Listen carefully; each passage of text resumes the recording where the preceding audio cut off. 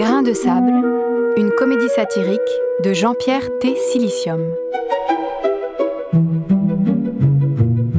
Le marché.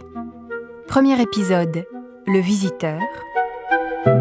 La présidente de la République est assise à son bureau du palais de l'Élysée, renversée sur le dossier de son fauteuil. La présidente, selon une vieille habitude, débute toujours ses journées par l'écoute de quelques morceaux de musique, choisis selon son humeur, mais souvent du blues, du rock et du jazz. Aujourd'hui, elle écoute Sing Sing Sing de Louis Prima. Carole, son assistante personnelle, entre. Bonjour Madame la Présidente, votre rendez-vous est arrivé. La présidente coupe le son et retire son casque. Pardon ? Votre rendez-vous est arrivé. Mon rendez-vous ? Ce n'est pas un rendez-vous à l'agenda, car votre visiteur s'est présenté comme Monsieur Camille Claude pour un entretien privé. Les rendez-vous privés sont habituellement accordés sans passer par le secrétariat et donc hors agenda officiel à des amis ou des proches. La présidente n'a pas le temps de demander des précisions qu'un homme entre et lui tend la main pour la saluer. Bonjour Madame la Présidente. La présidente lui serre la main. Elle n'a pas le souvenir d'avoir accordé un rendez-vous privé, ni même d'avoir jamais vu cet homme. Le visiteur est une personne qui présente bien. Il ressemble comme deux gouttes d'eau aux personnes reçues chaque jour. Costume sombre, cravate rayée gris clair et bleu marine, sur une chemise blanche. Je vous en prie, asseyez-vous. Vous vous interrogez, Madame la Présidente, sur qui je suis et sur mes intentions. En effet. Vous pensez, qui est ce Kidam et comment est-il entré ? Vous lisez dans mes pensées. Vous vous questionnez sur l'intérêt de poursuivre cet entretien avec un inconnu. Et surtout, comment l'abréger ? Vous allez, Madame la Présidente, comprendre rapidement que ma visite est de la plus haute importance. Mais je vous rassure tout de suite, je viens dans un esprit de coopération pacifique pour parler affaires. Remarquez, qu'en lisant dans mes pensées, vous faites les questions et les réponses, c'est plutôt reposant. Vous pensez, est-ce que la virtualité numérique ambiante ne me joue pas des tours ? Est-ce que je rêve ? Vérifions. Le visiteur pointe du doigt, parmi 3 téléphones posés sur le bureau, le téléphone rouge réservé aux alertes majeures en période de crise. Ce téléphone va sonner, et vous comprendrez. Cela m'étonnerait, c'est le téléphone qui ne sonne qu'en cas de conflit ou d'alerte nucléaire. Excusez-moi. Je vous en prie. Allô, Général Gourmalon ? Madame la Présidente. Le visiteur s'est légèrement écarté, un petit sourire aux lèvres qui n'a pas échappé à la présidente. Je peux sortir si vous le souhaitez. Non, je vous en prie, restez. Alors, Général Gourmalon, qu'y a-t-il de si grave pour que vous m'appeliez sur la ligne rouge ? Tous nos moyens de détection, nos alertes et nos commandes du centre opérationnel des armées sont muets. Bravo, et encore bravo, Général. C'est pour que l'armée mérite son surnom de grande muette, je suppose ? La situation est inédite et sans précédent. Nous n'avons plus aucune information, ni aucun contact avec nos sources d'information. Unités d'écoute, radars, télescopes, ni aucune action sur nos moyens de défense. Mais qu'est-ce que vous me dites, là ? Tout ça nous coûte assez cher. Plus rien, Madame la Présidente. Êtes-vous en train de me dire que nos ennemis, et vous passez votre temps à me dire que nous n'avons que cela, des ennemis, peuvent en ce moment faire ce qu'ils veulent sans que nous le sachions ? Nos sous-marins sont à la dérive ? Nos satellites de vulgaires frisbees incontrôlés ? Ça fait cher le frisbee, non ? Ne l'accablez pas. Nous devions faire un geste pour vous convaincre. Tous les systèmes militaires du monde entier sont hors service. Les choses vont revenir dans l'ordre dans, disons, 10 minutes. Allô, Madame la Présidente ? Oui, Général. Que décidez-vous, sachant que nous ne pouvons même pas faire de frappe préventive ? Heureusement, Général Gourmalon. Heureusement ! Ne faites rien. Ou plutôt allez prendre un café pour vous détendre pendant 10 minutes. Et laissez-moi réfléchir. 10 minutes ? Mais la situation est grave, une attaque est peut-être en cours. Je reconnais là votre optimisme naturel. Allez prendre un café, Gourmalon, c'est un ordre. Et rassurez-moi, la machine à café fonctionne au moins au ministère de la Défense, qui nous coûte des milliards. Je vais voir Madame la Présidente. Elle raccroche. N'ayez aucune crainte. C'est juste une petite démonstration en guise de motivation. Tous les pays connaissent le même petit imprévu, mais je doute qu'ils s'en vantent. Mais qui êtes-vous ? Après votre petit numéro de télépathie, vous pouvez bloquer nos services de défense ? Nous aurions également pu interrompre tous vos réseaux Internet ou votre production d'électricité ou stopper vos transactions bancaires, mais cela aurait eu des effets collatéraux plus graves.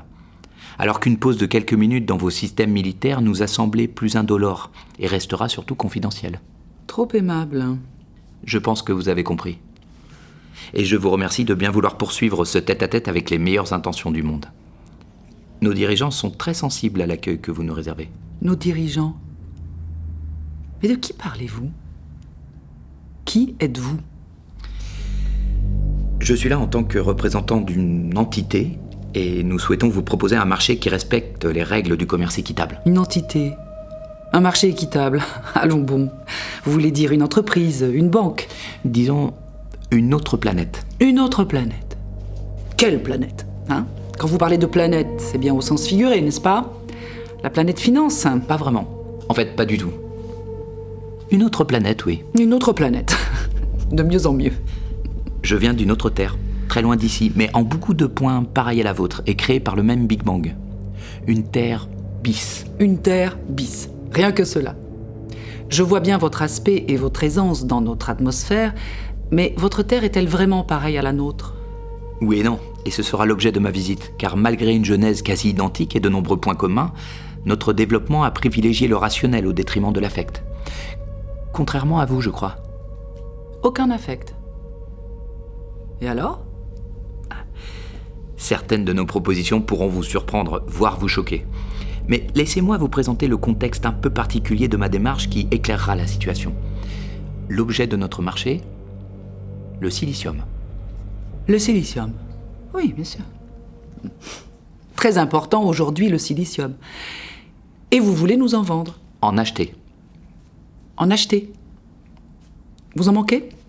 En effet, c'est une des différences entre nos deux terres. Cet élément nous manque alors qu'il est aussi nécessaire au développement de nos ordinateurs.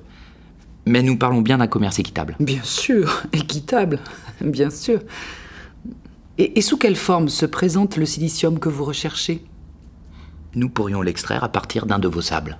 Ah, en fait, vous cherchez du sable? Oui.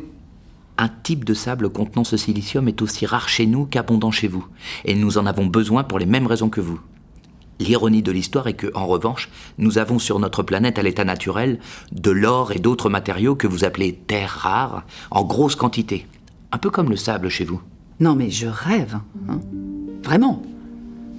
Je suis devant un extraterrestre en costume-cravate, mettant à mal les centaines de livres et de films de science-fiction qui présentent des créatures visqueuses ou en inox avec un casque de soudeur, des antennes, un nez en trompette, principalement animés d'instincts guerriers pour détruire la planète Terre, en tout cas terroriser la moitié de la galaxie. Et vous? Rien de tout cela. Vous vous débarquez comme un représentant de commerce poli pour faire du commerce équitable de sable. Je rêve. Et nous ne sommes qu'au début. Bien, la plaisanterie a assez duré. Mettons fin, je vous prie, à cette mascarade. Ah. Oui, général, alors? Tout est normal, Madame la Présidente, je vous rassure. Vous parlez de la machine à café? Vous me rassurez, Gourmalon? Oui, enfin non, de notre système de défense, Madame la Présidente. Mais la machine fonctionne aussi. Quel soulagement, général. C'est pour l'instant incompréhensible. J'expliquerai cela aux contribuables qui en seront ravis. Je comprends, mais gardons ceci confidentiel pour l'instant. Nous allons chercher l'origine de cet incident. Ne cherchez pas trop, général. Ce sont les extraterrestres. Des extraterrestres. Vous êtes sérieuse? Je plaisante, général. Je plaisante. Les extraterrestres, s'ils existent, sont forcément moins évolués que nous, qui avons des ingénieurs, des militaires de carrière, des avocats extraordinaires. Les extraterrestres n'ont ni Polytechnique, ni West Point, les pauvres. Et puis, Gourmalon, rassurez-moi, vous les auriez détectés, n'est-ce pas? Des extraterrestres débarquant sur Terre. Bien sûr, Présidente. Bien sûr. Je plaisante, Gourmalon, je plaisante. Ah oui, excellent. Bonne journée, Madame la Présidente. Merci, général. Je vais vous laisser et nous reprendrons cette conversation demain, si vous le voulez bien. Si je le veux bien, ai-je le choix? Non. Je vous ai vexé avec mes propos sur les extraterrestres. Vexé? Non. Comme je vous le disais, nous avons fait l'économie de l'affect dans notre système, en privilégiant le rationnel. Ah, on va vous rappeler sur la ligne rouge. Oui, général Gourmalon.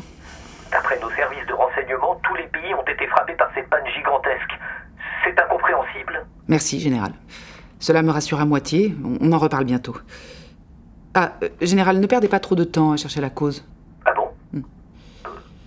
Comme vous voulez, Madame la Présidente, à vos ordres. Bonne soirée, général. À À demain, Présidente.